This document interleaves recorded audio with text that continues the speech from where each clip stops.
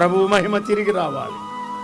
సంఘాలలో ఆయన మహిమ, సహవాసములో ఆయన మహిమ, కూడికలలో ఆయన మహిమ, సేవకులలో ఆయన మహిమ, నాయకులలో ఆయన మహిమ, పరిచారకులలో ఆయన మహిమ, ఉపదేశకులలో ఆయన మహిమ, సాక్షులలో ఆయన మహిమ. అది తిరిగి రావాలి. We want to see the return of God's glory. దేవుని ప్రజల మధ్య దేవుని మహిమ తిరిగి రావాలి. ఎంత గంభీరమైన సంగతి. ఎందుకు వెళ్ళిపోయింది మహిమ?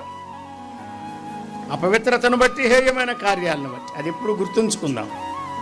ఎక్కడ పాపం ఉన్నదో అక్కడ ఆయన మహిమ ఉండదు. ఎక్కడ ఆయన భయం ఉన్నదో, ఎక్కడ పరిశుద్ధతకు విలువ ఉన్నదో అక్కడ ఆయన సన్నిధి, ఆయన ముద్ర, ఆయన మహిమ మనం చూడగలం. దీన్ని మనం